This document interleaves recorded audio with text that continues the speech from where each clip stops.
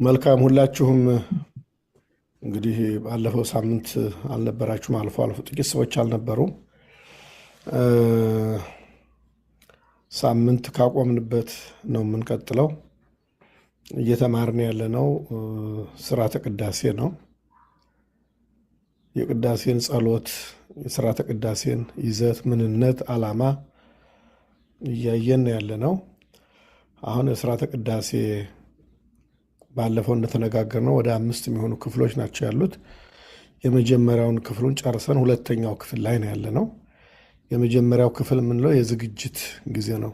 ቅዳሴው ከመጀመሩ አስቀድሞ የሚደረገውን ዝግጅት ከካህናቱ አንጻር፣ ከሕዝቡ አንጻር፣ ከንዋያተ ቅድሳት ወይም ደግሞ ከቅዳሴው መገልገያ ቁሳቁሶች አንጻር ሊደረግ የሚገባውን ዝግጅት አይተን ወደ ዋናው ቅዳሴ ክፍል 1 ወይም ደግሞ ወደ ሁለተኛው ክፍል ገብተናል።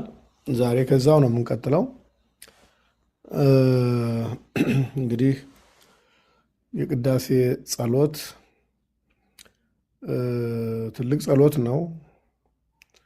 በቤተ ክርስቲያን ውስጥ የሚደረጉ ምስጋናዎች ሁሉ፣ በቤተ ክርስቲያን ውስጥ የሚደረግ ስርዓት ሁሉ፣ በቤተ ክርስቲያን የሚደረግ ጸሎት፣ ልመና፣ ምልጃ፣ መስዋዕት ሁሉ የሚጠናቀቀው፣ የሚታተመው፣ የሚደመደመው፣ የሚታሰረው፣ ተጠቃሎ ወደ እግዚአብሔር የሚያርገው በጸሎተ ቅዳሴ አማካኝነት ነው።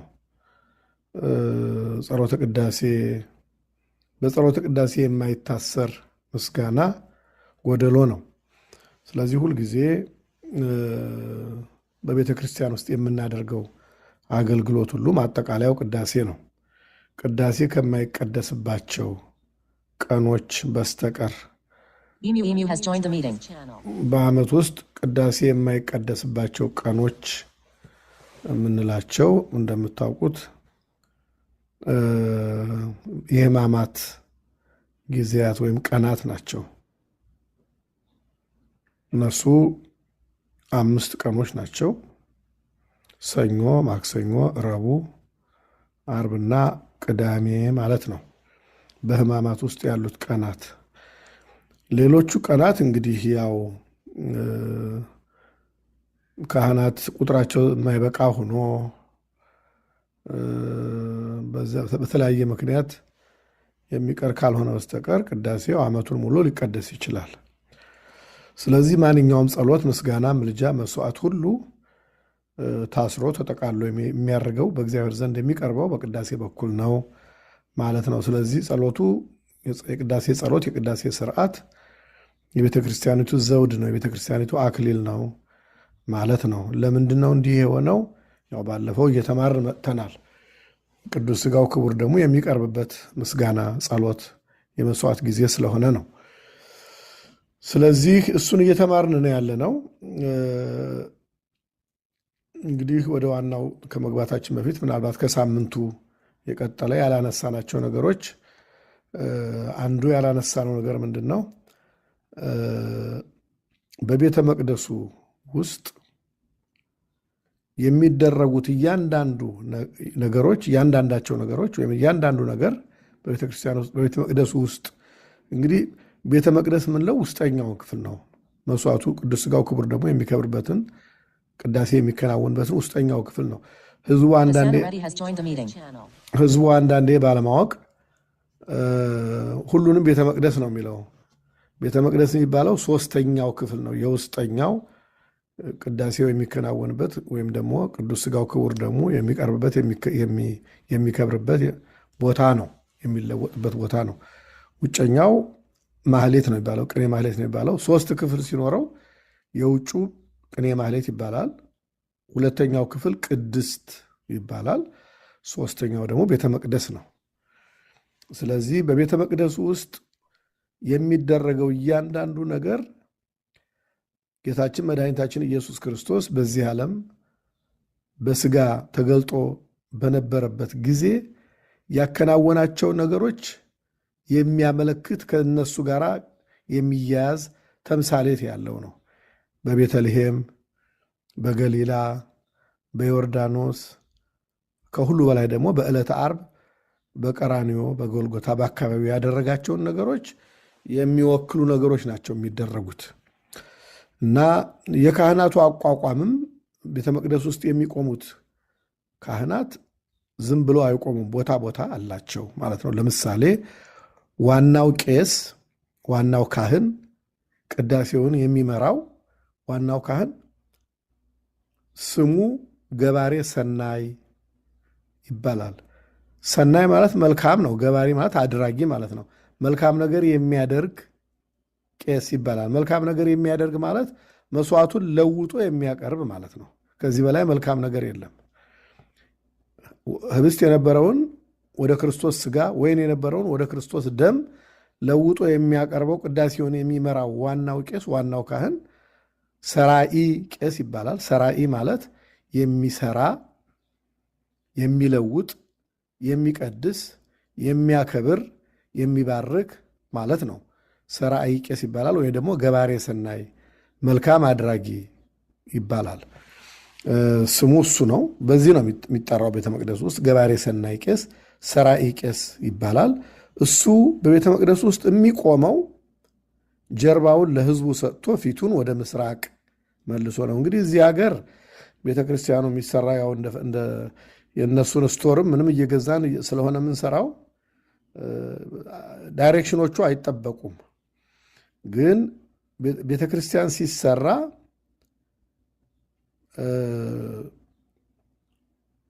ፊታችን የቄሱ ፊት ወደ ምስራቅ እንዲዞር፣ ምስራቅ ማለት የፀሐይ መውጫው ማለት ነው። የብርሃን መገለጫው የፀሐይ መውጫ ማለት ነው። በቤተ ክርስቲያን ውስጥ እሱ ትልቅ ትርጉም ነው ያለው። በሃይማኖት ውስጥ ምስራቅ የሚባለው እሱ ነው። ስለዚህ ትልቅ ትርጉም አለው። ስለዚህ ፊቱን ወደ ምስራቅ አዙሮ ነው የሚቆመው ቤተ መቅደስ ውስጥ። ስለዚህ ፊቱን ወደ ምስራቅ መልሶ ነው የሚቆመው። እንዲህ የሚሆንበት ዝም ብሎ አይደለም። ጸሎት ሁሉ የሚደረገው ወደ ምስራቅ ተዙሮ ስለሆነ እናንተን ወክዬ ማለት ህዝቡን ማለት ነው፣ ጠቅላላ በቤተ ክርስቲያን ውስጥ ያለውን እናንተን ወክዬው በእግዚአብሔር ፊት ቆሜ ያለው ልጸልይ፣ ላመሰግን፣ ላማልድ ቆሜ ያለሁ ማለት ነው። ምክንያቱም ሰራኢ ቄስ የሚወክለው ጌታችን መድኃኒታችን ኢየሱስ ክርስቶስን ነው። እሱን ወክሎ ስለሚቆም ፊቱን ወደ ምስራቅ አዙሮ ይቆማል፣ ጀርባውን ለህዝቡ ሰጥቶ ማለት ነው። ውጭ ያለነው ሰዎች ደግሞ ልክ ቅኔ ማህሌትም ቅድስትም ያሉ ሰዎች ፊታችንን አሁንም ወደ ምስራቅ ነው የምናዞረው ማለት ነው። ስለዚህ ካህኑ እንደዛ ነው የሚቆመው። ዋናው ሰራዊ ቄስ ገባሬ ሰናዩ ቄስ ፊቱን ወደ ምስራቅ አድርጎ ህዝቡን ጀርባውን ወደ ህዝቡ አድርጎ ይቆማል ማለት ነው። ምናልባት ልታዩት ትችላላችሁ። ቤተ መቅደሱ ውስጥ ሲቆም ፊቱ ወደ ምስራቅ ዙሮ የተሰራ ቤተክርስቲያን ሲኖር እንደዛ ነው የሚደረገው። ለምሳሌ በሮቻችን 3 ናቸው። የቤተ ክርስቲያን በር መደበኛው ማለት ነው። መደበኛው ቤተ ክርስቲያን አንዳንድ ጊዜ የዋሻ ፍልፍል የተፈለፈሉ ከድንጋይ ወይም ደግሞ የዋሻ ሲሆኑ በሩ አንድ ይሆንና ፊታችን ወደ አንድ አቅጣጫ ነው የሁሉ ሰው። ግን እንደዚህ መደበኛ አብያተ ክርስቲያናት ላይ በሮቹ 3 ናቸው። የሥላሴ ምሳሌ ስለሆነ 3 ናቸውና የህዝቡ የሚገባበት ወንዶች የሚገቡበት የምዕራብ በር ነው። ከምዕራብ ወደ ምስራቅ እንዲገቡ ነው ዓላማው ማለት ነው። ሴቶቹ የሚገቡት ደግሞ የደቡብ በር ነው። ካህናቱ ቅዳሴውን ለመፈጸም ሲገቡ ደግሞ ከምስራቅ ነው የሚገቡት። ከምስራቅ የሚመጡበት ምክንያት ጌታ ከእመቤታችን የምስራቅ ምሳሌ ስለሆነች ጌታ ከእመቤታችን ለመወለዱ ምሳሌ ስለሆነ ነው። ስለዚህ ወደ ምስራቅ ዙሮ ይቆማል።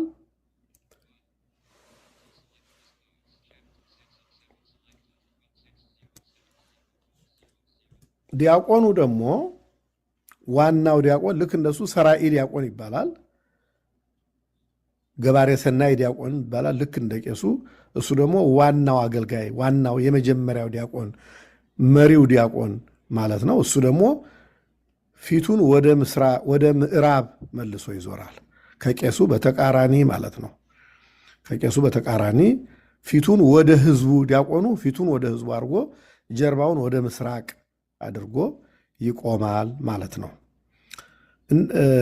ይሄ እንደዚህ የሚቆምበት ምክንያት ለህዝቡ ትእዛዝ ለመስጠት ነው።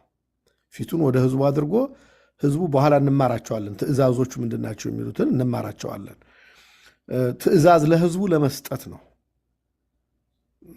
ስለዚህ ህዝቡን ፊቱን ወደ ህዝቡ መልሶ ጀርባውን ወደ ምስራቅ አድርጎ ከቄሱ በተቃራኒ ይቆማል ማለት ነው። መንበሩ ወይም ደግሞ ቅዱስ ሥጋው ክቡር ደግሞ ያለበት መሰዊያው መሃል ላይ ነው የሚሆነው ማለት ነው። እንደዚህ ሆኖ የሚቆምበት ምክንያት እነዚህ ሰዎች ሁለቱን መላእክት ይመስላሉ።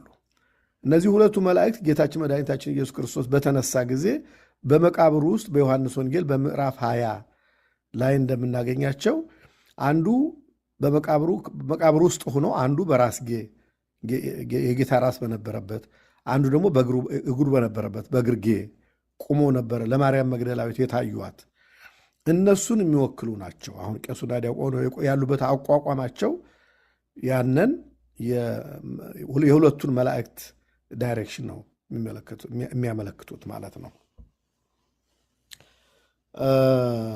እንደዚህ ሆነው ይቆማሉ። ከዛ በኋላ ረዳቱ ቄስ ደግሞ ንፍቅ ቄስ ይባላል። ንፍቅ ማለት ረዳት ማለት ነው፣ ሁለተኛ ማለት ነው። ሁለተኛው ቄስ ረዳቱ ቄስ ደግሞ ፊቱን ወደ ሰሜን መልሶ በደቡብ ሳይድ ይቆማል። ሁለተኛው ዲያቆን ደግሞ ንፍቅ ዲያቆን ወይም ረዳት ዲያቆን የሚባለው ደግሞ በሰሜን በኩል ይቆማል ማለት ነው። አራት ሁነው ነው በመንበሩ ዙሪያ በመሰዊያው ዙሪያ የሚቆሙት። እንዲህ በአራቱ ማዕዘን ሆነው ነው የሚቆሙት ማለት ነው።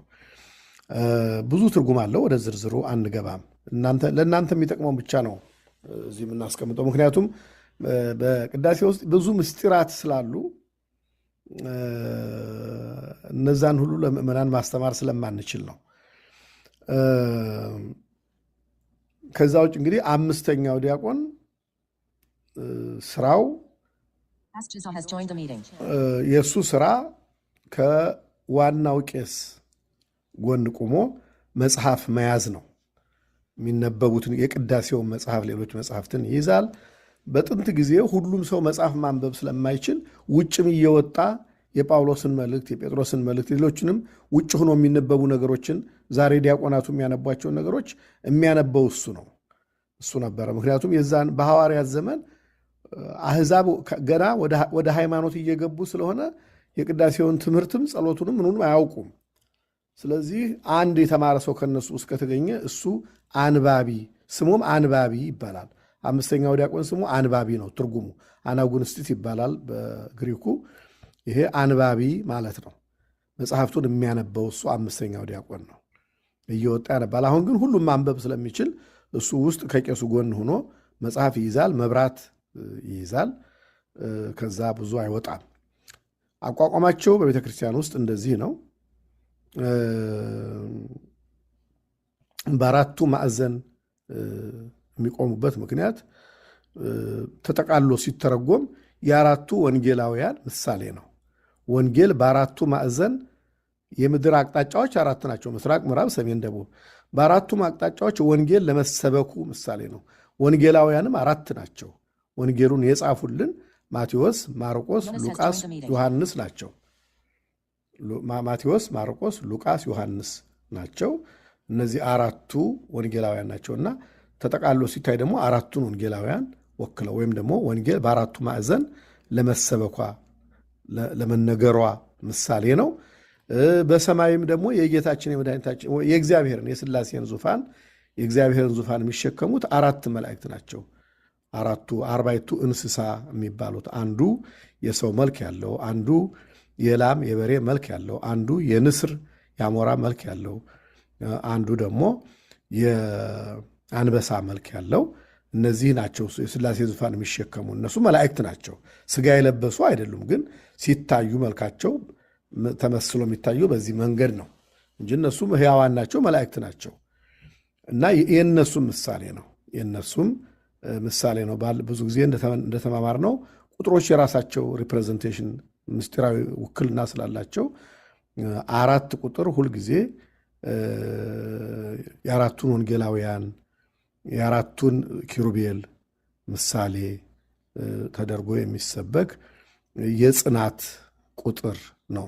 ጸንቶ የመቆም ቁጥር፣ የሕግ ቁጥር ይባላል። 4 ቁጥር ወንጌልን ስለሚወክል ማለት ነው። ለምሳሌ ለሰው ልጆች ከተፈጠሩት እግዚአብሔር የፈጠረው 12 ነፋሳት ናቸው። 12 የነፋሳት አይነቶች ናቸው።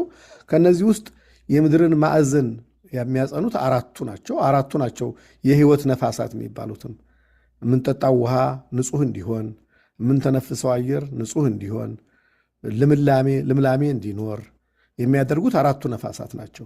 8ቱ ተዘግተው ተጠብቀው ያሉ ናቸው።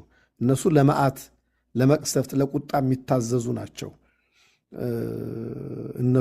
ከእነሱ አንዱ ትንሽ የሰው ትንፋሽ ያህል እንኳን ሲተነፍስ በምድር ላይ አንበጣ፣ ድርቅ፣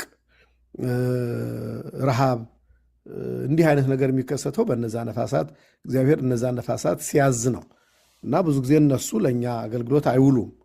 4ቱ ነፋሳት ናቸው። እነዚህ 4ቱ ነፋሳት ምሳሌ ነው። እነሱ ሕይወትን ስለሚወክሉ ማለት ነው።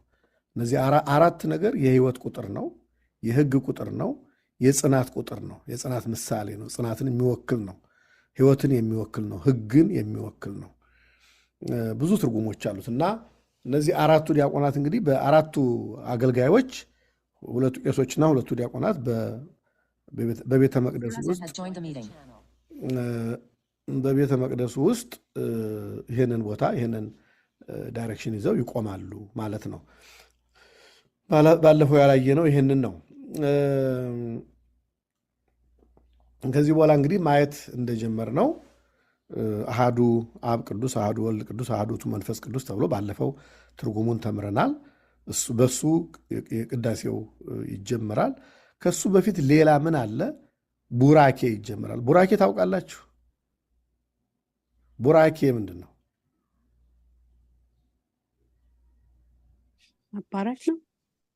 መባረክ ማለት ነው። ያው ቡራኬ ማለት መባረክ ማለት ነው። አንዳንዴ ሰው እንጀራውን ሁሉ ቡራኬ ስጡኝ፣ ዳቦውን ሁሉ የተቆረሰውን ቡራኬ ስጡኝ ይላል። ግን ቡራኬ ማለት የተቆረሰው ነገር ሳይሆን ቡራኬ ማለት መባረክ ነው። አክሽኑ ነው ቡራኬ የሚባለው። እና ቡራኬ ይጀምራል። እንግዲህ በቤተ መቅደስ ውስጥና በቤተ ክርስቲያን ውስጥ ዝም ብሎ በልማድ በዘፈቀደ የሚደረግ ነገር የለም። እያንዳንዱ ነገር በተለይ ደግሞ በቤተ መቅደስ ውስጥ የሚፈጸመው ስርዓት ትርጉም ያለው ምስጢር ያለው ከመዳናችን ጋር የተያያዘ ጌታችን ሥጋ ለብሶ በዚህ ምድር በነበረበት ጊዜ ካደረገው ስራ ጋር የሚያያዝ ሐዋርያት ካደረጉት ድርጊት ጋር የሚያያዝ ነው እና ቡራኬው ይጀምራል። አሃዱ ከመባሉ በፊት ህብስቱና ወይኑ እየተባረከ ነው። 42 የቡራኬ አይነቶች አሉ። 21ዱ የውስጥ ናቸው። 21ዱ ደግሞ ወደ ውጭ ህዝቡ የሚባረክባቸው ናቸው። ካህናቱን ታዩዋቸዋላችሁ። ቄሶቹን አልፎ አልፎ በቅዳሴው መሃል መጋረጃውን ገለጥ እያደረጉ ወይም ደግሞ ወደ በሩ ብቅ እያሉ ህዝቡን ይባርካሉ። እነሱ የተቆጠሩ ናቸው። ወደ ውጭ የሚደረጉት 21 ናቸው። በውስጥ በኩል ደግሞ የሚደረጉት 21 ናቸው። የመጀመሪያው አሁን አሃዱ ከመባሉ በፊት በህብስቱና በወይኑ ላይ የሚደረግ በረከት አለ። ይባረካል። ቡሩክ እግዚአብሔር አብ ኀዜ ኩሉ ዓለምን ፈጥሮ የሚገዛ የያዘ እግዚአብሔር አብ ቡሩክ ነው፣ እግዚአብሔር ወልድ ቡሩክ ነው፣ እግዚአብሔር መንፈስ ቅዱስ ቡሩክ ነው እየተባለ ህብስቱና ወይኑ ይባረካል ማለት ነው። ይሄ ቡራኬ የሚደረገው ቅድም ደጋግመን እንደምንማረው በቅዳሴው ላይ ህብስቱን ወደ ክርስቶስ ሥጋ ወይኑን ወደ ክርስቶስ ደም ለመለወጥ የሚደረግ በረከት ነው። ህብስቱን ወደ ሥጋ መለኮት ወይኑን ወደ ደመ መለኮት የሚለውጠው የእግዚአብሔር ቃል ነው። 2 የእግዚአብሔር ስልጣን ነው፣ ሌላ ነገር አይደለም። 3ኛ የእግዚአብሔር ኪዳን ነው። ኪዳኑ ምንድን ነው? በጸሎተ ሐሙስ ማታ ለሐዋርያት ህብስቱን አንስቶ ባረከ ይላል። ባረከ፣ ቀጥሎ አመሰገነ፣ ቀጥሎ ቆረሰ ይላል። ከዛ ለሐዋርያት ምን አላቸው? ይሄ ሥጋዬ ነው፣ ለዓለም መድኃኒቱ ነው የሚሰጥ ሥጋዬ ነው አላቸው። ወይኑንም ደግሞ ጽዋውን አነሳና ባርኮ አመስግኖ እንኩ ይሄ ነገ ለዓለም መዳን የሚፈሰው ደሜ ነው፣ ጠጡ፣ ሁላችሁም ከዚህ ጠጡ ብሎ ሰጣቸው ይላል። ይሄ የኔ ሥጋ ነው፣ ይሄ የኔ ደም ነው ብሎ የተናገረው ቃል በጸሎተ ሐሙስ ለነበረው ብቻ ሳይሆን እስከ ዓለሙ መጨረሻ ጌታ ተመልሶ ለፍርድ እስከሚመጣ ድረስ በቤተ ክርስቲያን ውስጥ ስሙ በተጠራ ጊዜ፣ ቅዳሴ በተዘጋጀ ጊዜ ሁሉ ያ ቃል ሲሰራ ይኖራል። ህብስቱን ወደ መለኮት ሥጋ፣ ወይኑን ወደ አምላክ ደም ሲለውጥ የሚኖረው ያ ጌታ የተናገረው ቃል ነው። ይህን ካሁን በፊትም ተምራቸዋል። ምሳሌ ነግሬያቸዋል። ለምሳሌ ዛሬ እኛ ልጅ የምንወልደው ምን ስለሆን ነው? እኛ ልጅ የምንወልድበት ምክንያት እግዚአብሔር አዳምና ሔዋንን በፈጠረበትና በባረከበት ጊዜ ብዙ ተባዙ ምድር ሙሉ ብሎ የተናገረው ቃል በእኛ ጄኔቲክስ ውስጥ ስላለ ነው። ያ የቡራኬ ቃል፣ ያ የበረከት ቃል በእኛ ውስጥ ስላለ ዛሬ እንወልዳለን። ያቺ ብዙ ተባዙ ብላ የተናገረች ቃል የእግዚአብሔር ቃል ዝም ብሎ መሬት ላይ የሚወድቅ ነገር አይደለም። በዘመኑ ሁሉ የሚሰራ ነው የእግዚአብሔር ቃል። ስለዚህ ያቺ ቃል ዛሬም ስታበዛን ትኖራለች ጌታ እስኪመጣ ድረስ። ሰው መባዛቱና እስኪቆምና ዓለም እስከሚያልፍ ድረስ ሲባዛ ይኖራል። ልክ እንደዛ ደግሞ የቅዳሴው ስርዓትም ይሄ ሥጋዬ ነው ይሄ ደሜ ነው ብሎ ለውጦ የሰጠበት ቃል ዛሬም በካህኑ አማካይነት ይሰራል ማለት ነው።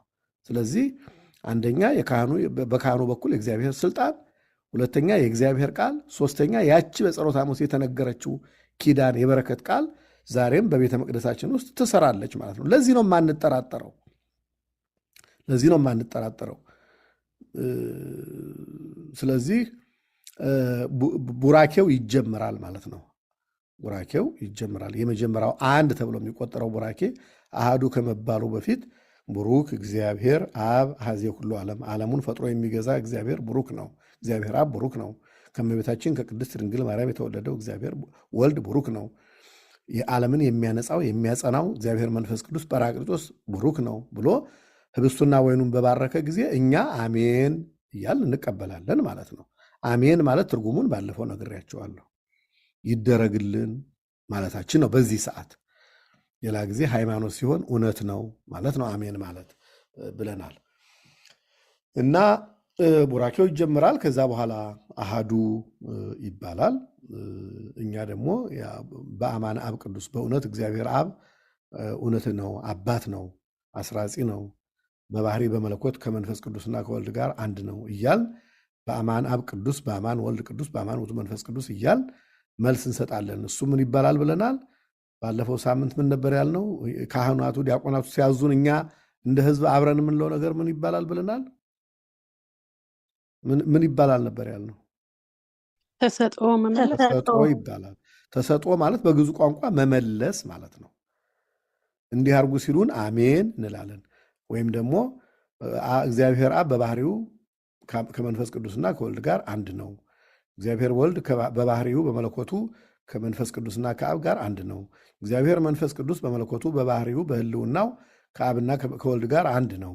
ወይም ደግሞ እግዚአብሔር አብ በአካሉ በስሙ በግብሩ ከወልድና ከመንፈስ ቅዱስ የተለየ ነው። እግዚአብሔር ወልድ በአካሉ በስሙ በግብሩ ከአብና ከመንፈስ ቅዱስ የተለየ ነው።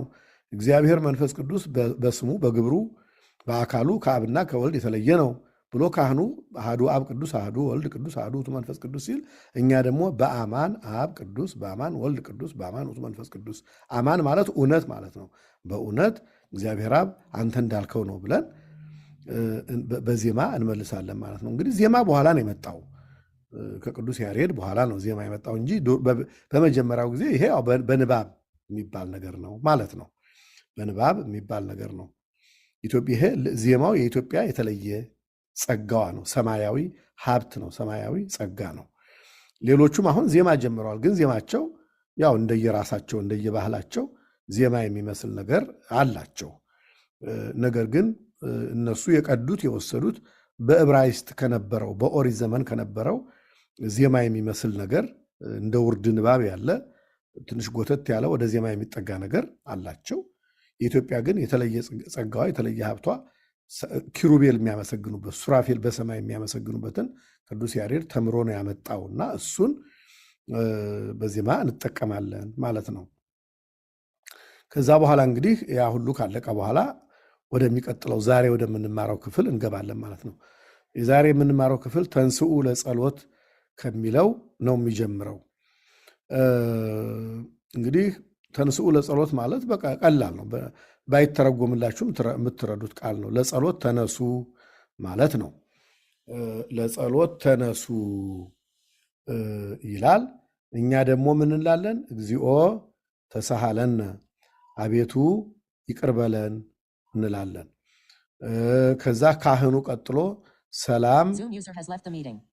ሰላም ለኩልክሙ፣ ሰላም ለሁላችሁ ይሁን ይላል። ከዛኛ ደግሞ መልሰን ምስለ መንፈስከ እንላለን፣ እንደ ቃልህ ይደረግልን እንላለን። አንዳንድ የቅዳሴ ትርጉም ስታዩ ከመንፈስህ ጋር ይላል። ይሄ አላዋቂ ትርጓሜ አላዋቂ ሰው የተረጎመው ነው። ሰላም ለሁላችሁ ይሁን ሲል እኛ የምንለው እንደ ቃልህ ምስለ መንፈስከ ማለት እንደ ቃልህ ይደረግልን፣ እንደ ሐሳብህ ይደረግልን ማለት ነው። ይሄን እንላለን። እንግዲህ እነዚህን ትርጓሜ ነው ዛሬ የምንማረው። ምንድን ነው ይሄ አሁን ያስፈለገው? ለምንድን ነው ተንስኡ ለጸሎት ማለት ለምን አስፈለገ? ታሪኩስ ምንድን ነው? ከየት መጣ የሚለውን ነው የምንማረው። እንግዲህ ተንስኡ ለጸሎት የሚለው አባታችን አዳም ጌታ በተሰቀለበት ቀን በዕለተ ዓርብ 9 ሰዓት ወይም ደግሞ በዚህ ሀገር አቆጣጠር 3 ፒኤም ላይ ያቀረበው ጸሎት ነው። በሲኦል ውስጥ ሆኖ ማለት ነው። እግዚአብሔር ለአዳም በ5 ቀን ተኩል ተወልጄ ተሰቅዬ አድንሃለሁ ብሎ ተስፋ ሰጥቶት ነበረ። ከዛን ቀን ጀምሮ አዳም ዘመኑን ሲቆጥር ኖሯል። ከሞተም በኋላ በነፍስ በሲኦል ውስጥ ሆኖ ዘመኑን ሲቆጥር ኖሯል። እርግጥ በሲኦል ውስጥ ዘመን የለም፣ አይታወቅም፣ አይቆጠርም። ግን እግዚአብሔር በገለጸለት ጥበብ በእግዚአብሔር ቸርነት ያችን ዘመን አዳም ሲያሰላ ኑሯል። አዳም የሁሉ አባት ስለሆነ፣ አዳም ካህን ስለሆነ፣ የክህነት ካህን ስለሆነ፣ ስለዚህ ሲቆጥር ቆይቶ ሰዓቱ ደረሰ። ያ ተስፋ የተደረገበት ሰዓት ደረሰ። ጌታ በመስቀል ላይ ነበረ እና ድምፁን አሰምቶ አዳም በሲኦል ውስጥ እባካችሁ ነፍሳት የምትሰሙኝ ለጸሎት እንነሳ፣ ለጸሎት ተነሱና እግዚአብሔርን እንጠይቅ። ምክንያቱም 5500 ዓመት ሲሞላ አድናለሁ ብሎ ነበረ። ያ ጊዜ ደርሷል፣ ተስፋው ቀረ ወይ ብሎ ለጸሎት ተነሱ ብሎ የተናገረው እንደሆነ በቅዳሴው ትርጓሜ ላይ ተቀምጦ እናገኛለን። ስለዚህ ጌታ በዛ ሰዓት ነፍሱን ከስጋው ለየ። አባ ማኅፅ ነፍሴ ወሰዴከ፣ አባት ሆይ ነፍሴን በእጅህ አደራ እሰጣለሁ ብሎ በራሱ ስልጣን በመለኮታዊ ስልጣኑ በዮሐንስ ወንጌል በምዕራፍ 10 ቁጥር 17-18 ላይ እንደጻፈልን ነፍሴን ስፈልግ አሳልፌ እሰጣታለሁ፣ ስፈልግ ደግሞ አስነሳታለሁ ብሎ እንደተናገረ ነፍሱን አሳልፎ ሰጠ ማለት ለራሱ ለመለኮታዊ ስልጣኑ ማለት ነው። ጌታ ሞተ። በሞተ ጊዜ ነፍሱ ወደ ሲኦል ወረደች። ልክ አዳም ተንስኡ ባለበት ሰዓት ጌታ ሲኦልን አበራት። የጌታ የመለኮት ብርሃን መለኮታዊ ብርሃኑ ሲኦልን አበራት። የዛን ጊዜ አጋንንት፣ ሰይጣን፣ ዲያብሎስ ከሲኦል ሸሸ። ሲኦል ተበረበረች፣ ሲኦል ተሰበረች፣ በሮቿ ተሰበሩ። ስለዚህ ከዛ ነፍሳትን ጌታ ነፃ አወጣ ማለት ነው። በቅዱስ ጴጥሮስ መልእክት በአንደኛው መልእክቱ በምዕራፍ 3 ከቁጥር 18 ጀምሮ እንደምናነበው ማለት ነው። ጌታ በሞተ ጊዜ ታስረው ወደ ነበሩት ይላል ወደ ነፍሳት ሄዶም ነፃነትን ሰበከላቸው ይላል ቅዱስ ጴጥሮስ። ነፃነትን ሰበከላቸው። ነፃነትን መስበክ ብቻ አይደለም፣ ልክ ብርሃነ መለኮቱን ገልጾ በሲኦል በታያቸው ጊዜ በተገለጠላቸው ጊዜ እሱን አይተው ጥምቀት ሆነላቸው። ምክንያቱም እነሱ ሳይጠመቁ ነው የሞቱት። ከጌታ ልደት በፊት ጥምቀት የለም። ስለዚህ እሱ ጥምቀት ሆነላቸው፣ ልጅነትን አገኙ፣ የእግዚአብሔር ልጆች ሆኑ ማለት ነው። ነፍሳት በሲኦል የነበሩት ነፍሳት የእግዚአብሔር ልጆች ሆኑ። ስለዚህ ተንስኡ ለጸሎት የሚለው ሁልጊዜ ተስፋን የሚያሳስብ ኪዳንን የሚያሳስብ የእግዚአብሔርን ምሕረት የሚያሳስብ የእግዚአብሔርን ቸርነት የሚያሳስብ ቃል ነው ማለት ነው። አሁን እኛ በሲኦል አይደለንም ያለ ነው። ለምንድን ነው ተንሥኡ ለጸሎት የምንለው ታዲያ? ዲያቆኑ ለምንድን ነው ተንሥኡ ለጸሎት ብሎ ህዝቡን የሚያዘው? ቅድም እንግዲህ ዲያቆኑ ጀርባውን ወደ ምስራቅ አድርጎ ፊቱን ወደ ምዕራብ መልሶ ወደ ህዝቡ ይቆማል ያልነው እንዲህ አይነት ትእዛዞችን ለማዘዝ ነው። ትእዛዞቹ የተቆጠሩ ናቸው። ቁጥራቸውን ወደፊት እናያቸዋለን።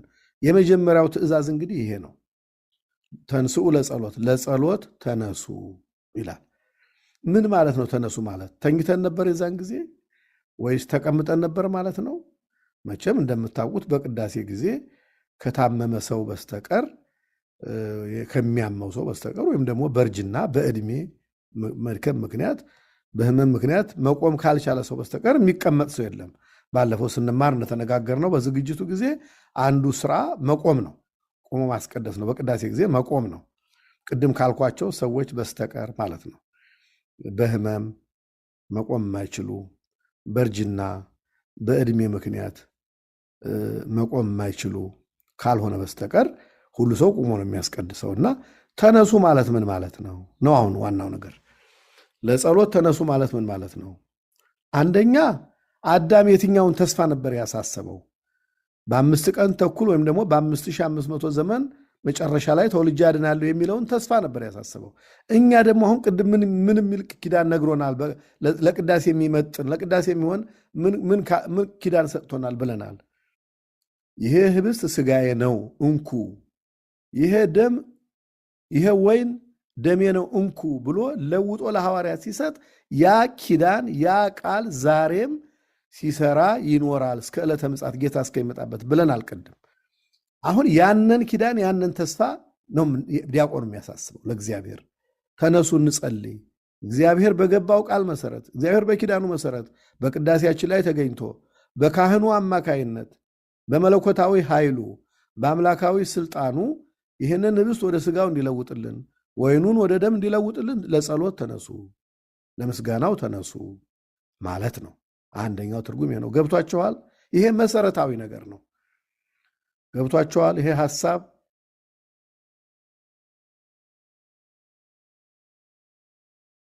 ያልገባው ሰው አለ? ገብቶናል አባታችን፣ ገብቶናል። ጥሩ። ይሄ ከገባችሁ እንግዲህ እዚህ ላይ አንድ ልብ የምትሉት ነገር አለ። ያንን ህብስትና ወይን ወደ ስጋ መለኮት ወደ ደመ መለኮት ለመለወጥ የህዝቡም ተሳትፎ ያስፈልጋል ማለት ነው።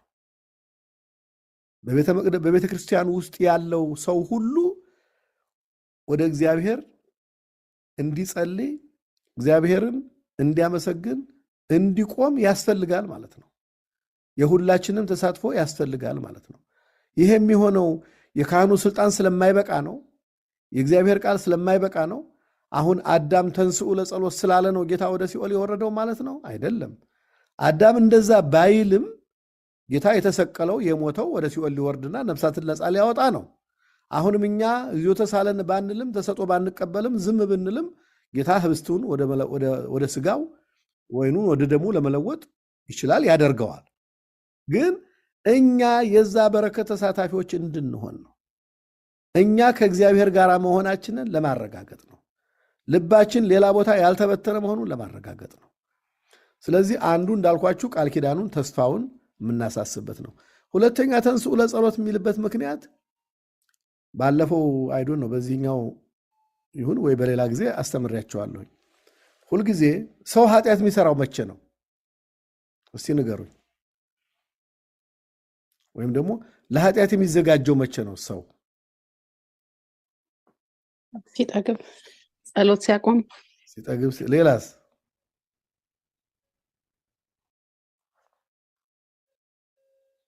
አንድ ስቴት ኦፍ ማይንድ አለን ለጸሎት ለኃጢአት የምንዘጋጅበት።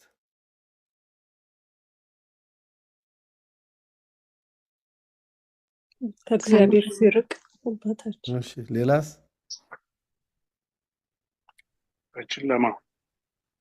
በጨለማ በፀሐይ ኃጢአት አትሰራም ብለህ ነው? በብርሃን ብዙ ጊዜ ኧረ እንዲያውም የቀኑ ነው የሚብሰው። ለሊት እንኳን አንዳንዴም ስለምንተኛ ይሻላል። ፈተና ሲገጥመን አይደለም የስጋችን ስንሆን፣ ፍላጎት ስራ ፈት ስንሆን፣ ስራ ፈት አይምሯችን የሚሰራው ሲያጣ ነው ኃጢአት የሚያቅደው። ለምሳሌ አንዳንዴ በጣም ቢዚ ሆነን በስራ ኢንጌጅድ ስንሆን አይምሯችን ጊዜ የለውም ኃጢአት የሚያስብበት። እንዲህ ላድርግ፣ ልስረቅ፣ ልዋሽ፣ ወይም ደግሞ እንደዚህ አድርጌ ላመንዝር፣ ወይም ደግሞ እንዲህ አይነት ላድርግ፣ የሆነ ነገር የሚያቅደው ሰው አይድል ሲሆን ነው። ይሄ ከጥንት ጀምሮ የመጣ ነው። ሔዋን በእባቡ በሰይጣን የተታለለችው በዛን ሰዓት ስራ ፈታ ቁጭ ብላ ነበረ። አዳም ጸሎት ላይ ነበረ፣ እሷ ቁጭ ብላ ነበረ፣ ስራ አልነበራትም። አይምሮ አይድል ነበረ። ሰይጣን ያንን ጊዜ ነው የተጠቀመው። ሁልጊዜ ስራ ፈቶች ስንሆን፣ ጸሎት ላይ ሳንሆን፣ ወይም ደግሞ መደበኛ ስራችን ላይ ሳንሆን፣ ወይም ሌላ የሆነ ነገር ላይ ሳንሆን አይምሯችን እረፍት ሲያገኝ ነፃ ስንሆን መጀመሪያ የሚሄደው ኃጢአት ወደ ማሰብ፣ ኃጢአት ወደ ማቀድ ነው የሚሄደው። ይሄ በሰው ልጆች ህይወት ውስጥ ያለ ነገር ነው። የማይቀር ነገር ነው። የማይቀር ነገር ነው። ኃጢአቱ ከባድ ሊሆን ይችላል፣ ቀላል ነገር ሊሆን ይችላል የምናስበው። እንግዲህ እኛ ይሄን የምንናገረው በዓለም ላለነው ሰዎች ነው። በቅዱሳን ህይወት ሌላ እንትን ነው ያለው፣ ሌላ አስፔክት ነው ያለው። ስለዚህ አይምሯችን ከስራ ውጭ ሲሆን፣ ከጸሎት ከምስጋና ውጭ ሲሆን፣ ወይም በምንም ነገር ወይም እያነበብን ካልሆነ፣ ምንም ነገር ውስጥ ካልሆን ዝም ብለን ቁጭ ስንል ወይም ስንቆም አንደኛ መባከን ይጀምራል። ሐሳባችን መበታተን ይጀምራል። ቤተ ክርስቲያን ውስጥ ቁመን ኢትዮጵያ ልንሄድ እንችላለን። በሐሳብ ወደ ቤታችን ውስጥ ሂደን ሊሆን ይችላል። ወይ ሌላ ነገር እያሰብን ይሆናል። ቅዳሴው ሲያልቅ ልናደርገው ስላሰብነው ነገር፣ ስለፈለግነው ነገር እያሰብን ሊሆን ይችላል። በዛን ጊዜ ሳናስበው ድሪፍት እናደርጋለን። ወደ ኃጢአት ሐሳብ እንገባለን። ወይ የሆነ ቂም እያሰላሰልን ይሆናል፣ ወይም የሆነ በቀል እያሰላሰልን ይሆናል፣ ወይም ደግሞ ወጥተን ልናደርገው ስላሰብነው ነገር ኃጢአት እያሰብን ሊሆን ይችላል። ወይም ደግሞ ከሰዓት በኋላ ሂጄ ምንድን ነው የምትሉት እዚህ ሀገር ሙቪ ገባና ምናምን እያልን ሊሆን ይችላል። ለማንኛውም ሰው አይድል ሲሆን፣ አይምሮው ነፃ ሲሆን፣ ሲያርፍ፣ ከንባብ ከጸሎት ከስራ ከእነዚህ ነገሮች ውጭ ሲሆን ኃጢአት ያስባል። ስለዚህ ተንስኡ ለጸሎት ማለት በአይምሯችሁ እየባከናችሁ ያላችሁ ሰዎች ተመለሱ፣ ተነሱ፣ ከስንፍና ከኃጢአት ሐሳብ ተመለሱ፣ ኑ አብረን እንሁን እያለ ነው ዲያቆኑ። አብረን በጸሎቱ ላይ እንሳተፍ እያለ እያሳሰበ ነው ማለት ነው። ወይም ደግሞ አንድ ሰው በተስፋ መቁረጥ ውስጥ ሆኖ ሊሆን ይችላል። በዛን ጊዜ ተስፋ መቁረጥ፣ እኔ ሁልጊዜ ቤተክርስቲያን እመጣለሁ፣ እጸልያለሁ፣ ጤንነቴ አልተሻሻለም፣ ልጆቼ ችግር ውስጥ ናቸው፣ እንዲህ አይነት ችግር አለብኝ እያለ ተስፋ መቁረጥ ውስጥ ሆኖ ሊሆን ይችላል። ቅዳሴው ላይ ግን አለ። ለባህሉ፣ ለልማዱ፣ ለስርዓቱ ቅዳሴው ላይ አለ። ዲያቆኑ የሚለው በተስፋ መቁረጥ ውስጥ ያላችሁ ሰዎች ወደ ሃይማኖት ተመለሱ፣ ከእኛ ጋር ሁኑ፣ ከቅዳሴው ላይ በቅዳሴው ውስጥ ተሳተፉ እያለ እኛን እየቀሰቀሰን ነው ማለት ነው። አባቶቻችን ይህ ሲተረጉሙ ከስንፍና አልጋ፣ ከኃጢአት አልጋ፣ ከተስፋ መቁረጥ አልጋ ወይም በስንፍና አልጋ ወይም በተስፋ መቁረጥ አልጋ ወይም በኃጢአት ሐሳብ አልጋ ውስጥ ያላችሁ ተነሱ እያለ ነው ዲያቆኑ ማለት ነው። ስለዚህ ይሄ ሁለተኛው ትርጉሙ፣ ቅድም አንደኛው የነገርኳችሁ የእግዚአብሔርን ቃል ኪዳን ተስፋ ማሳሰብ ነው። ይሄኛው ደግሞ ከገባንበት ከሌላ ሐሳብ ውስጥ እኛን መቀስቀስ ነው። ተነሱ፣ ከእኛ ጋር ሁኑ፣ ጸልዩ፣ አመስግኑ እያለ ነው ዲያቆኑ፣ እያዘዘን ነው ማለት ነው። ይሄ ብቻ አይደለም፣ ሌሎች ትእዛዞች አሉ። ወደፊት እናያቸዋለን ስንደርስባቸው። እንግዲህ ሰው አንዱ ቅድም እንዳልኳቸው አይድል ሲሆን፣ በአእምሮው ውስጥ እረፍት ሲኖር፣ በስራም በምንም ካልተጠመደ ኃጢአት ያስባል ወይ ደግሞ ተስፋ መቁረጥ ይኖረዋል። እንግዲህ ሰውን ክርስትና ሃይማኖቱን ከሚያጸናባቸው ከእግዚአብሔር ጋር ከሚሆንባቸው 4 ነገሮችን ሁልጊዜ ማሰብ አለብን። ሰውን ከእግዚአብሔር ጋር የሚያደርጉት፣ ሰውን ከኃጢአት እንዲርቅ የሚያደርጉት፣ ሰውን ወደ ቅድስና ሕይወት ወደ መንፈሳዊ ሕይወት የሚያሳድጉት 4 ነገሮች አሉ። እነዚህን በፊት የተማራችሁ ሰዎች ካረሳችኋቸው ታስታውሷቸዋላችሁ። የመጀመሪያው ተመስጦ ይባላል፣ መመሰጥ ነው። በቤተ ክርስቲያን ውስጥ በሚደረገው በንባቡ፣ በትርጓሜው፣ በዜማው፣ በስርዓቱ ቤተ ክርስቲያን ውስጥ በሚደረገው ነገር ሁሉ መመሰጥ ማለት ነው። በሱ መያዝ፣ አይምሯችን በሱ ሲያዝ ማለት ነው። ይሄ ለቅዳሴው ጊዜ ብቻ ሳይሆን ሌላም ጊዜ ስንመሰጥ ከእግዚአብሔር ጋር እንሆናለን። መመሰጥ ምንድነው በእንግሊዝኛ? እኔ አላውቀውም በእንግሊዝኛ። ምናልባት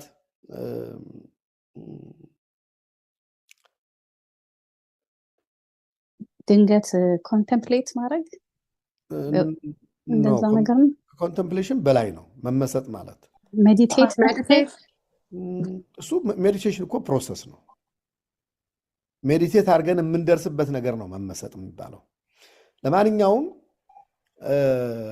ሰው አንደኛ በስነ ፍጥረት መመሰጥ አለበት። ይህንን ፀሐይ እንዴት አድርጎ እግዚአብሔር እንዳቆመው፣ ጨለማውን እንዴት እግዚአብሔር እንዳቆመው፣ ውሃውን እንዴት አድርጎ በየውቅያኖሱ ወስኖ እንዳቆመው፣ ክረምትና በጋውን እግዚአብሔር እንዴት እንደሚያፈራርቀው፣ ቀንና ሌሊቱ እንደመሸ ለምን አይቀርም፣ እንደነጋ ለምን አልቀረም፣ ቀንና ሌሊቱ እንዴት እንደሚያፈራርቀው፣ ሲዝኖቹ እንዴት እንደሚያፈራርቃቸው። በድንገት አሁን ምንድነው የሚባለው የዚህ ሀገር ዊንተሩ ማርች ላይ ማለቅ ምናምን ሲጀምር ዛፎቹ ቅጠል ማውጣት ይጀምራሉ። ልክ ደግሞ ፎሉ ምናምን ሲደርስ ደግሞ ቅጠሎቹ መርገፍ ይጀምራሉ። ይህን አይቶ ማለት ነው፣ ስነ ፍጥረቱን አይቶ የራሱን ተፈጥሮ አይቶ እንዴት ነው በእናት ማህፀን ውስጥ ልጅ የሚተኛው? እንዴት ነው የማይታፈነው? እንዴት ነው ሆኖ ሰው በእናት ሆድ ውስጥ አንድ ሰው ኑሮ እንዴት ነው የሚወለደው? ተወልዶ እንዴት ነው የሚያድገው? የራሳችን የብለድ ሰርኩሌሽን የሪስፓይሬሽን እነዚህ ፕሮሰሶች እንዴት ነው የሚካሄዱት? በሰውነታችን ውስጥ ያለው እያንዳንዱ ትናንሽ ሴል እንዴት ነው ፋንክሽን የሚያደርገው? ይሄንን ሰው እያሰበ እየተመሰጠ እግዚአብሔርን እንዲያውቅ እንዲያመልክ ነው። እግዚአብሔርን እንዲያመልክ ወደ እግዚአብሔር እንዲጠጋ ማለት ነው። ይሄን ያደረገ አምላክ ለእኔም የምሻውን ያደርጋል፣ እኔን ያቆመኝ እሱ ነው ብሎ እንዲያስብ ማለት ነው። መመሰጥ የሚባለው ይሄ ነው። በእግዚአብሔር ስራ መመሰጥ፣ እግዚአብሔር በሕይወታችን ውስጥ ያደረገውን ነገር ማሰላሰል፣ አሰላስሎ መመሰጥ የሚባለው ይሄ ነው። ይሄ እንግዲህ በሕይወታችን ሙሉ የሚሰራ ነው። ሰውን የሚያሳድገው ይሄ ነው። አንዱ በመንፈሳዊ ሕይወታችን የሚያሳድገን አንዱ ይሄ ነው። ለምሳሌ ቅድም የነፋስን ነገር ነግሬያቸዋለሁ አይደለ? ቁመታችንን የሚያሳድገው ምንድን ነው? የሰው ልጅ ማለት ነው። ሰው እንግዲህ ከአራት ነገር የተሰራ ነው አይደለም? የእሳት ባህሪ ያለው፣ የውሃ ባህሪ ያለው፣ የነፋስ ባህሪ ያለው፣ የመሬት ባህሪ ያለው። እግዚአብሔር ከነዚህ ቅመሞች ወስዶ ነው መጥኖ የሰራው ሰውን። የሚያሳድገን የትኛው ባህሪ ነው?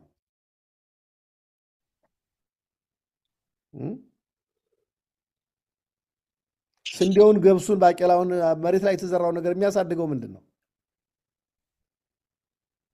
ውሃና ነፋስ። ውሃና ነፋስ ነው። ግን ተክሎችን ሰውን የሚያሳድገው ነፋስ ነው። የነፋስ ባህሪ ነው። የውሃና የመሬት ባህሪ እንትን መስጠት ነው፣ ምግብ መስጠት ነው። ምግቡን መስጠት ነው። የሚያስፈልገውን ኒውትረንትስ የሚባሉትን መስጠት ነው።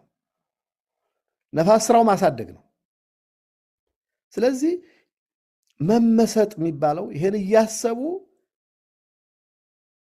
ወደ እግዚአብሔር መጠጋት፣ ማደግ። እኛን አሁን በመንፈሳዊ ሕይወታችን የሚያሳድገን ልክ እንደ ነፋሱ በመንፈሳዊ ሕይወት ሰውን የሚያሳድገው እግዚአብሔር መንፈስ ቅዱስ ነው። እግዚአብሔር መንፈስ ቅዱስ ሁልጊዜ በነፋስ ነው የሚመሰለው እና የሚያሳድገን እሱ ነው። በመንፈሳዊ ሕይወታችን ከአንደኛው ደረጃ ወደ ሌላው ደረጃ የሚያሳድገን እሱ ነው። ወደ እግዚአብሔር እየቀረብን ስንሄድ እያሳደገን ይሄዳል ማለት ነው። እግዚአብሔርን እየበላ ነው፣ እየጠጣ ነው፣ እየተመገብ ነው ስንኖር ማለት ነው። ቃሉን መመገብ ስንጀምር፣ ስጋውን ደግሞ መመገብ ስንጀምር፣ የእሱን ቃል መመገብ ስንጀምር መንፈስ ቅዱስ ያሳድገናል ማለት ነው እና ይሄ ሁልጊዜ የሚደረግ ነው። ግን በቅዳሴ ጊዜ ደግሞ ይሄ ተመስጦ እንዲኖረን ያስፈልጋል። በቅዳሴ ጊዜ መከራ መስቀሉን እያሰብን፣ የጌታችን መሰቀሉን እያሰብን፣ መከራ መቀበሉን እያሰብን፣ መወለዱን እያሰብን፣ ለእኛ ብሎ ያደረገውን ቸርነት እያሰብን እንድንመሰጥ ያስፈልጋል። እሱን ስናስብ ከኃጢአት ማሰብ እንወጣለን ማለት ነው። አይድል አይምሯችን አይድል አይሆንም ማለት ነው። ስለዚህ አፋችን የግድ ጸሎቱን ባይል እንኳን በአይምሯችን ውስጥ በዚህ መመሰጥ ውስጥ ከተያዝን ሌላ ነገር ለማሰብ ጊዜ አይኖረንም ማለት ነው። ስለዚህ ተንስኡ ለጸሎት የሚለን በተመስጦ ላይ ሁኑ። ዝም ብሎ ባፋችሁ እግዚኦ ተሳለነ ማለት ብቻ ሳይሆን በአይምሯችሁ በተመስጦ ላይ ሁኑ። የእግዚአብሔርን ስራውን እያሰባችሁ፣ ቸርነቱን እያሰባችሁ፣ መከራውን የጌታችንን መከራውን እያሰባችሁ፣ እሱን እያሰባችሁ በተመስጦ ላይ ሁኑ እያለ ነው። ስለዚህ አንዱ ተመስጦ ነው፣ ሰውን የሚያሳድገው ወደ መንፈሳዊት የሚያሳድገው ከእግዚአብሔር ጋር የሚያደርገው ማለት ነው። ሁለተኛው ብዙ ጊዜ በተደጋጋሚ እንደተማራችሁት እግዚአብሔርን መውደድ ነው። ሰውንም እግዚአብሔርን መውደድ ነው። ሰውን የሚያሳድገው ፍቅር ነው። ፍቅር ማለት ወተት ነው። ሕፃናት በወተት እንደሚያድጉ ሁሉ በእናታቸው በጡት ወተትም ይሁን አሁን ሰው በሰራው ወተትም ይሁን ሕፃናት የሚያድጉት በወተት ነው። እኛን የሚያሳድገን ፍቅር ነው። ከእግዚአብሔር ቃል ጋር ሆኖ የሚያሳድገን ፍቅር ነው። ዛሬ እድገት የሌለን በመንፈሳዊ ሕይወታችን የማናድገው አምና በነበርንበት ዘንድሮ የምንሆነው እውነተኛው ፍቅር በውስጣችን ስለሌለ ነው። እግዚአብሔርን በእውነት ስለማንወደው፣ ሰውንም በእውነት ስለማንወድ ነው። ሁልጊዜ ሰውንም በሪዘርቬሽን ነው፣ እግዚአብሔርን በሪዘርቬሽን ነው የምንወዳቸው። እግዚአብሔርን በጣም የምንወደው በጣም ሲያደርግልን ነው፣ እኛ እንደምናስበው ማለት ነው።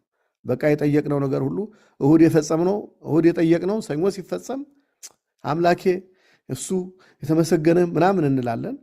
አንድ ወር ጠይቀን ዝም ሲል ወይ ለፈተናም ወይ ለያቸው ዝም ሲል የዛን ጊዜ አይ ማለት እንጀምራለን ማለት ነው። ስለዚህ ፍቅራችን ሁል ጊዜ ከጥቅም ጋር የተሳሰረ ከመቀበል ጋር የተሳሰረ ስለሆነ እውነተኛው ፍቅር በውስጣችን ስለሌለ አናድግም ማለት ነው። የሰውን ፍቅር እንደዚሁ ነው። ብዙ ጊዜ የምንወደው ያደረጉልን ሰዎች ነው እንጂ ይሄ ሰው ነው፣ በእግዚአብሔር መልክ የተፈጠረ ሰው ነው፣ ልወደው ይገባኛል ብለን ሰውን የምንወደው በጣም ጥቂት ነው። በዚህ ምክንያት እድገታችን የተገደበ ይሆናል ማለት ነው። ወተት የማይጠቡ ልጆች፣ ምግብ የማያገኙ ልጆች ታውቃላችሁ አይደል? ምንድን ነው የሚባሉት? አሁን ረስተዋቸው። የሳይንስ ትምህርቶች ነበሩ 4ኛ 5ኛ ክፍል የምንማራቸው። ራስን ትልቅ አድርገው ሰውነትን የሚያቀጭጩ ምናምን አይነት ነገሮች ነበሩ የምንማራቸውና ኳሾከር ምናምን ታስታውሷቸዋላችሁ? ተሻኮርና ማጥመት እነሱ ማለት ነው። እና አሁን የእኛ ክርስትና እንደዛ ነው። ቀጫጫ የቀጨጨ ክርስትና ነው። በግብርና አይታችሁ እንደሆነ የተዘራ መሬት አይታችሁ ከሆነ ዝናብ ሳያገኝ ሲቀር አቀነጨረ ይባላል። አዝመራው እህሉ እዛው በመሬት ላይ እንዳለ ርር ይላል። ለመውጣት ይሞክራል፣ ግን አቅም የሌለው የተልፈሰፈሰ ይሆናል እና ቀነጨረ ቀጨጨ ይባላል እህሉ ማለት ነው። የእኛ ህይወት እንደዛ ነው። ለምን? ዋናው ወተት የሚባለው የእግዚአብሔር ቃልም ፍቅርም በውስጣችን ስለሌለ ነው። ስለዚህ ሁለተኛው ሰውን የሚያሳድገው ፍቅር ነው ማለት ነው። ሰውን የሚወድ ሰው እግዚአብሔርን ያለ ውለታ የሚወድ ሰው ምግብ ሰጠኝ፣ የጠየቁትን መለሰልኝ ምናምን ሳይል በአምላክነቱ በአባትነቱ ብቻ የሚወደው ሰው እግዚአብሔር ፍቅር አለው ይባላል። እሱ ደግሞ ያገኛል። ሳይለምን ሳይጠይቅ ያገኛል። የእግዚአብሔር ልጅ የሆነ ሰው መለመን የለበትም። እኛ አሁን ልጆቻችን ማማ ምሳ ስጪን፣ አባባ ራስ ስጠኝ ብለውን አይደለም እንሰጣቸው። አስበን እንዲያውም ለምነን ምሳ ብሉ ባካችሁ፣ ደግሞ መክሰስ ብሉ፣ ደግሞ እስቲ ፍራፍሬ ብሉ ብለን ለምነን ነው የምናበላቸው ልጆቻችን አይደል? እግዚአብሔርም ለምኖ ነው ለእኛ የሚሰጠን ዝግጁ ከሆን ማለት ነው። ስለዚህ መጨነቅ አያስፈልገንም። ምን ልንበላ ነው? ምን ልንጠጣ ነው? ምን ልንለብስ ነው? ነገ ጦርነት ቢነሳ እንዴት ነው ሳንል ሳንጨነቅ እሱ ሊያደርግ ዝግጁ ነው። እኛ እንድንጨነቅበት የታዘዝነው ሌላ ነገር ነው። መንግስቱና ጽድቁን ፈልጉ ነው የተባልነው። ስለዚህ አንደኛው ተመስጦ ነው፣ ሁለተኛው ፍቅር ነው፣ ሶስተኛው ቅናት ነው። ሰውን የሚያሳድገው መቅናት ነው። ለበጎ ስራ መቅናት፣ ለበጎ ስራ መቅናት። ጸሎት የሚያደርግ ሰው ስናይ ቀንተን እንድንጸልይ፣ የሚሰግድ ሰው ስናይ ቀንተን እንድንሰግድ፣ ምጽዋት የሚሰጥ ስናይ ቀንተን ምጽዋት እንድንሰጥ፣ መንፈሳዊ ቅናት ይባላል በተለምዶ። ቅናት ነው። የእግዚአብሔር ወንጌል ሲዳከም፣ ቃሉ ሲዳክም፣ እኛ ታጥቀን ስንነሳ፣ ለወንጌሉ መስፋፋት ቆርጠን ስንነሳ፣ እንዲህ ስንቀና እናድጋለን ማለት ነው። ቅናት ሲኖረን። ሌላው በተደጋጋሚ እንደተማራችሁት ሰውን የሚያሳድገው ንባብ ነው። ክርስትና መንፈሳዊ ሕይወትን የሚያሳድገው የእግዚአብሔርን ቃል በቁጥቁጥ ሳይሆን እንዲሁ ዝም ብሎ በልመና በመለማመጥ ሳይሆን ፍቅር ይዞት ወዶት የእግዚአብሔርን ቃል ጧትም ማታም ሌትም የሚያነብሰው ጸሎትንም ጨምሮ ማለት ነው ሰውን የሚያሳድጉት እነዚህ ናቸው። አሁን እንግዲህ ዘመናችን እኛ ክርስቲያኖች የምንባለው በዚህ ዘመን ያለ ነው እነዚሁ ነገሮች ሁሉ ስለሚጎሉን ነው። የጸሎት ህይወታችን ደካማ እየሆነ የማንበብ ጉዳይ እንትናችን ደካማ እየሆነ ፍቅራችን ደካማ እየሆነ ተመስጦ ስለሌለን እነዚህ ሁሉ ስለሆኑ ክርስትና ህይወታችን ደካማ ነው። ስለዚህ ስንጸልይ የምንፈልገውን አናገኝም። ምክንያቱም ጸሎታችንም ከጥቅም ጋር የተያዘ ስለሆነ አብላኝ አብላኝ፣ አልብሰኝ አልብሰኝ፣ አጠጣኝ አጠጣኝ፣ ከመከራ ጠብቀኝ ጠብቀኝ ነው እንጂ ሌላ አይነት ይዘት ስለሌለው ጸሎታችንም ከመከራ ጠብቀኝ ብሎ መጸለይ ይገባል። ግን ዋናው ኮንቴንት እሱ መሆን የለበትም። አብላኝ ብለን እንድንለምን ጌታ አዞናል። የዕለት እንጀራችን ስጠን ብላችሁ ጸልዩ ብሎ አዞናል። ግን ዋናው ኮንቴንት እሱ እንዳይሆን ነው። ሌሎች ኮንቴንቶች አሉት፣ የጸሎት ኮንቴንቶች ተምራችኋል ባለፈው። ስለዚህ አንደኛ ተመስጦ፣ ሁለተኛ ፍቅር፣ ሶስተኛ ቅናት፣ አራተኛ የእግዚአብሔር ቃል እና ጸሎት፣ እነዚህ ናቸው ሰውን የሚያሳድጉት ወደ መንፈሳዊት ወደ ቅድስና ሕይወት የሚያሳድጉት እነዚህ ናቸው። ስለዚህ ዲያቆኑ ተንሥኡ ለጸሎት በሚልበት ጊዜ በፍቅር ውስጥ ሁኑ፣ በተመስጦ ውስጥ ሁኑ፣ በእግዚአብሔር ቅናት ውስጥ ሁኑ የሚባለውን ተሰጦውን መልሱ። ቃሉ የሚባለው እሱ ጸሎቱ የሚባለው ያ ነው። በዛ በቅዳሴው ላይ ይህን አድርጉ እያለን ነው። እንግዲህ ግልጽ ነው፣ ሐሳቡ ገብቷችኋል?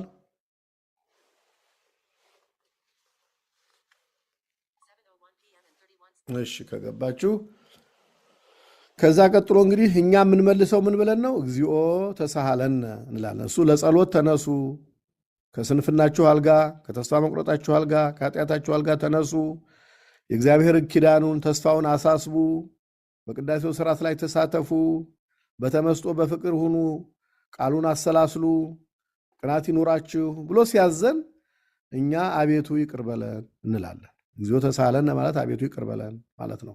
ይሄ ቃሉ ቅድም እንዳልኳችሁ አዳም በሲኦል ውስጥ ለጸሎት ተነሱ ባለ ጊዜ ነፍሳትም አቤቱ ጌታ ሆይ ይቅር በለን ብለው ነበር የዛን ጊዜም። እና ልክ ዛሬ እኛም አቤቱ ጌታ ሆይ አቤቱ ይቅር በለን ስንል አቤቱ ይቅር በለን ማለታችን እኛ ኃጢአተኞች ነን፣ ይቅር ብለህ ተስፋውን እንደገባኸው ቃል ኪዳኑን እንደገባኸው ህብስቱን ወደ ስጋህ ወይኑን ወደ ደምህ ለውጠ ስጠን እያልን ነው። ልክ እንደዛ እንደ ነፍሳቱ በሲኦል ውስጥ እንደነበሩት ነፍሳት ማለት ነው። አንዱ እሱ ነው። ሁለተኛ አቤቱ ይቅር በለን የምንለው በተመስጦ ውስጥ መሆን፣ በአንተ ፍቅር ውስጥ መሆን፣ በቅናት ውስጥ መሆን፣ ቃልህን ማሰላሰል፣ በጸሎት ውስጥ በህይወት መጠመድ እኛ አንችልምና እንሞክራለን፣ ግን አንችልምና ስጋ የለበስነንና አንተ ይቅር በለን በቸርነትህ እያል ነው። ይህን መልስ እየሰጠን ነው ማለት ነው። ያ ማለት ግን ምክንያት ሰጥተን እንድንቀር አይደለም። አንተ እርዳን፣ ተመስጦ እንዲኖረን፣ ፍቅር እንዲኖረን፣ ለአንተ እንድንቀና፣ በቃልህ ውስጥ ቃልህን በማሰላሰል በጸሎት ህይወት እንድንጠመድ አንተ እርዳን። እስካሁን ይህን ባለማድረጋችን ይቅር በለን እያል ነው ማለት ነው። እግዚኦ ተሳሃለን ስንል ለዚህ ነው ሰው አዘውትረው ቅዳሴ ያስቀድስ፣ ቅዳሴ ባለ ጊዜ ሁሉ ሰው ይገኝ የምንልበት ምክንያት አንዱ ይሄ ነው። የምናቀርበው ጸሎት ሕያው የሆነ ጸሎት ነው። ላይብ ነው ማለት ላይብ የሆነ ማለት እዛው የክርስቶስ ስጋ ባለበት፣ እዛው የክርስቶስ ደም ባለበት፣ እግዚአብሔር ህብስቱን ወይኑን በሚለውጥበት እዛ ሰዓት ላይ ተገኝተን እኔ ጌታ ሆይ እኔ ኃጢአተኛ ነኝ ይቅር በለኝ፣ ፍቅርህን አልያዝኩም፣ ተመስጦ የለኝም ይቅር በለኝ ስንል እግዚአብሔር በስጋውና በደሙ ፊት የሚቀርበውን ልመና ስለሚሰማ ስለሚቀበል ከኃጢአታችን ነጽተን እንመለሳለን ማለት ነው። ከቅዳሴው ስንወጣ ባለፈው ነግሬያቸዋለሁ። ቤተ ክርስቲያን ውስጥ የገባ ነገር በገባበት ፎርም አይመለስም ብለን ተምረናል አይደል? ባለፈው ቤተ ክርስቲያን ውስጥ የሚገባ ነገር በገባበት ፎርም አይገኝም፣ ይለወጣል ብለናል። ህብስት አስገብተን የመለኮት ስጋ ሆኖ ይለወጣል። እንደገና ህብስቱን አናገኝም። ወይን አስገብተን የክርስቶስ ደም ሆኖ ይለወጣል። ከቧንቧ ከጎድጓድ ውሃ ከምንጭ ውሃ ቀድተን አስገብተን በክርስትና ጊዜ ሕፃናቱ እንዲጠመቁበት አስገብተን ጸሎቱ ሲደረግበት ተለውጦ ከክርስቶስ ጎን የፈሰሰው ውሃ ይሆናል። እኛ ከነ ርኩሰታችን ከነ ነውራችን ከነ ኃጢአታችን ወደ ቤተክርስቲያን ውስጥ ገብተን አቤቱ ይቅር በለን ብለን እግዚአብሔር ይፍታ ተብለን ከኃጢአታችን ንጹሕ ሆነን እንመለሳለን። ወይም ንስሐ ገብተን በንስሐ ታጥበን ከቤተ ክርስቲያን ውስጥ አዲስ ሰው ሆነን እንወጣለን። ስለዚህ ቤተ ክርስቲያን ተገኙ አስቀድሱ ምንለው እኛን እንድታጅቡን አይደለም፣ ወይ ብዙ ሰው ስላለን ደስ ስለሚለን አይደለም። ቤተ ክርስቲያን ውስጥ ስትገኙ፣ ቅዳሴ ላይ ስትገኙ እኛ ብቻ ካህናቱ ብቻ አይደለም የሚለምኑት የሚጸልዩት። ቅዱሳን መላእክት የክርስቶስን ሥጋና ደም ፈርተው አክብረው እዛ ይገኛሉ። መላእክት አሉ። እመቤታችን ዋናዋ እናቷ የቤተ ክርስቲያን እናት ቅድስት ድንግል ማርያም አለች እዛ። ቅዱሳን ሁሉ ጻድቃን፣ ሰማዕታት፣ ነቢያት፣ ሐዋርያት የምንላቸው ስለ ክርስቶስ ሥጋና ደም ክብር እዛ አሉ። ስለዚህ በእነዚህ ሁሉ ልመና፣ በእነዚህ ሁሉ ጸሎት፣ በእነዚህ ሁሉ አማላጅነት፣ በእነዚህ ሁሉ በረከት ከእግዚአብሔር ጋር ስለምንታረቅ ሰው ከቤተ ክርስቲያን መራቅ የለበትም። ቤተ ክርስቲያን የሕይወት ምንጭ ናት። የመንፈሳዊ ሕይወት ምንጭ ስለሆነች ከቤተ ክርስቲያን መራቅ የለበትም። በተለይ ደግሞ በቅዳሴ ጊዜ ምእመናን ከቤተ ክርስቲያን መራቅ መቅረት የለባቸውም የምንልበት ምክንያት ይሄ ነው። ቅዱስ ዮሐንስ አፈወርቅ በዚህ ጉዳይ በጣም አብዝቶ ይጽፋል። ምናልባት ጊዜ ከተገኘ አንድ ቀን እሱን ለብቻ አስተምራችኋለሁ። ቤተ ክርስቲያን ውስጥ ስለመገኘት፣ በቅዳሴ ላይ ስለመገኘትና ስለሚያስገኘው ጥቅም በጣም ብዙ እንትን አለው፣ ትምህርት አለው ቅዱስ ዮሐንስ አፈወርቅ እና እሱ ምናልባት አንድ ቀን እንማር ይሆናል። እና እንግዲህ ዲያቆኑ ለጸሎት ተነሱ ሲለን እኛ አቤቱ ይቅር በለን የምንልበት ምክንያት ቅድም እንዳልኳችሁ ነው። ከዛ ቀጥሎ ቄሱ ሰላም ለኩልክሙ ይላል። ሰላም ለሁላችሁ ይሁን። ሰላም የሚለው በቤተ ክርስቲያን ሲተረጎም ሰላም የግዕዝ ቃል ነው። በነገራችን ላይ ሰላም ዓለም አቀፍ ቋንቋ ነው፣ የግዕዝ ብቻ አይደለም። ትንሽ ሞዲፋይ እየተደረገ በአረብኛውም በዕብራይስጡም ብዙ ቦታ ሰላም የሚለው ቃል ራሱ ሰላም ነው። የፊደል አንዳንድ ለውጦች፣ በዕብራይስጡ ሻሎም ይላል፣ ያው ሰላም ማለት ነው። በአረብኛውም ሰላም ይመስለኛል እንዳለ ቃሉ፣ በብዙ ቦታ ሰላም ነው። እና ሰላም የሚለው የግዕዙ ቃል ሲተረጎም ፍቅር፣ አንድነት፣ እርቅ ማለት ነው። ፍቅር፣ አንድነት፣ እርቅ፣ ይቅርታ ማለት ነው ሰላም ማለት። ስለዚህ ሰላም ለሁላችሁ ይሁን ይላል። ይሄ ከቅድሙ ታሪክ ጋር ተያይዞ የመጣ ነው። አዳም በሲኦል ውስጥ በዕለተ ዓርብ በስቅለት ቀን በዕለተ ስቅለት በዛ በ9 ሰዓት ላይ እስቲ ተነሱ እንጸልይ፣ ተነሱ ለጸሎት እንነሳ፣ እግዚአብሔር ተስፋውን ቃል ኪዳኑን እንዲፈጽምልን ሲል ነፍሳቱ ምን አሉ ብለናል ቅድም? አቤቱ ይቅር በለን አሉ። በዛች ሰዓት ጌታ በነፍስ በአካለ ነፍስ ወደ ሲኦል ወርዶ ሰላም ለእናንተ ይሁን አላቸው። ይቅርታ፣ ፍቅር፣ አንድነት፣ እርቅ ተደረገላችሁ አላቸው። ይህንን ነው ቅዱስ ዮሐንስ ማነው ቅዱስ ጴጥሮስ ቅድም ባልኳችሁ በአንደኛ ጴጥሮስ ምዕራፍ 3 ከቁጥር 18 ጀምሮ ሲናገር ሄዶ ነፃነትን ሰበከላቸው ያለው። ነፃነቱ ይሄ ነው። የነፃነቱ ቃል ይሄ ነው። ፍቅር፣ አንድነት፣ እርቅና ይቅርታ ተደረገላችሁ አላቸው ለነፍሳቱ። የምስራች ነገራቸው። አንድነት ከማን ጋር? አንድነት ከእግዚአብሔር ጋር ተደረገላችሁ። ከእግዚአብሔር ጋር አንድ ሆናችሁ የእግዚአብሔር ልጆች ሆናችሁ። እርቅ ተደረገ። ከማን ጋር ታረቁ? አዳም በሰራው ኃጢአት ምክንያት እስከ ክርስቶስ ልደት የነበሩ ሰዎች በሲኦል ውስጥ የነበሩት ከእግዚአብሔር ጋር ተጣልተው ነው። አሁን በሰውና በእግዚአብሔር መካከል እርቅ ተደረገ። አስታረቅኳችሁ፣ ያስታረቅኳችሁ እኔ ነኝ፣ አስታረቅኳችሁ፣ ይቅርታ ተደርጎላችኋል ብሎ የምስራቹን ነፃነቱን ሰበከላቸው ማለት ነው። ስለዚህ ሰላም ለኩልክሙ የሚለው ጌታ ከዛ ከተናገረው ጋራ ተያይዞ የመጣ ነው ማለት ነው። ዛሬ ቄሱ ካህኑ ጌታችንን ወክሎ ጌታችን መድኃኒታችን ኢየሱስ ክርስቶስን ወክሎ በየቅዳሴው ላይ ሰላም ለኩልክሙ ሲል እኛ መጀመሪያ ምን ብለን ነው? አቤቱ ይቅር በለን፣ ኃጢአታችንን ይቅር በለን። ወይም ደግሞ ተመስጦ የለንም፣ ፍቅር የለንም፣ ቅናት የለንም፣ የጸሎት ሕይወት የለንም፣ ግን አንተ ይቅር በለን ወይም ደግሞ ይሄ ሕይወት እንዲኖረን አድርገን ስንል ካህኑ ሰላም ለኩልክሙ ሲለን እግዚአብሔር ይቅር ብሏችኋል እያለን ነው። በእምነት እሱን ወክሎ ጌታን ወክሎ በእምነት የሚነግረን ይሄንን ነው። ታርቃችኋል ከእግዚአብሔር ጋር እያለን ነው። ሰው ከእግዚአብሔር ጋር ተጣልቶ በኃጢአቱ ምክንያት ቤተክርስቲያን መጥቶ እንዲህ አይነት እርቅ አግኝቶ ከመሄድ በላይ በዓለም ላይ ሌላ ምን የሚፈለግ ነገር አለ?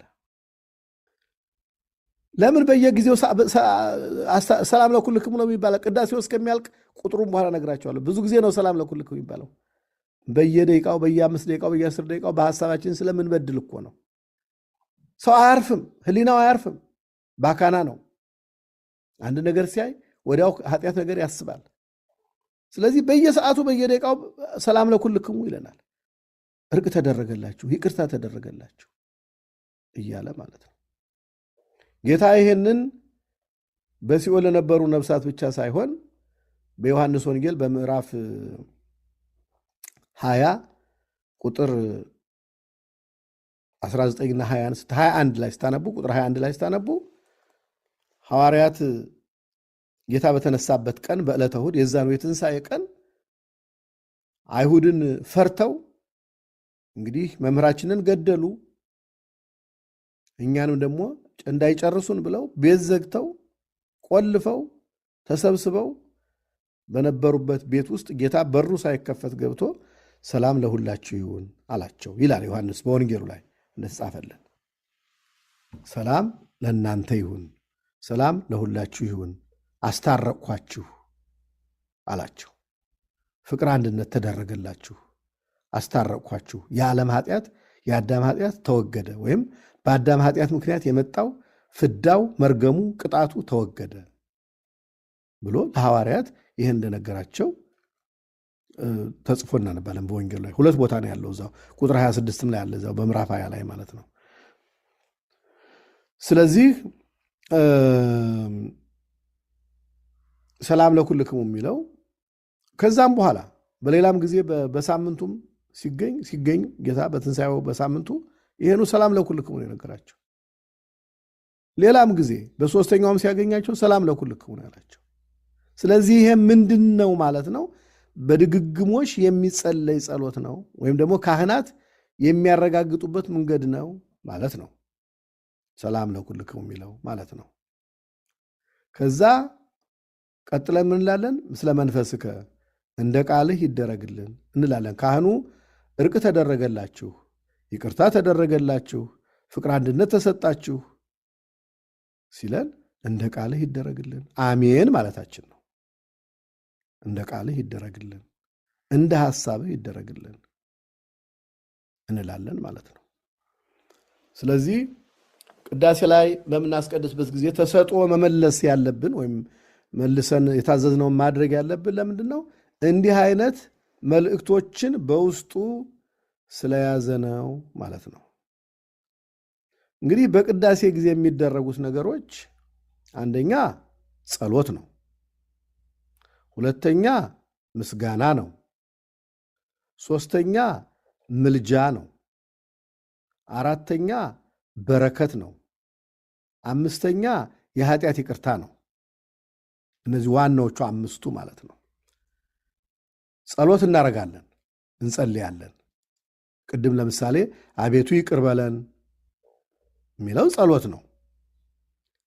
ምስጋና ደግሞ ቅዱስ ቅዱስ ቅዱስ እያል በቅዳሴው ላይ እናመሰግናለን። ምስጋና አለ። ምልጃ ደግሞ አለ፣ ማማለድ። ቄሱ ያማልደናል።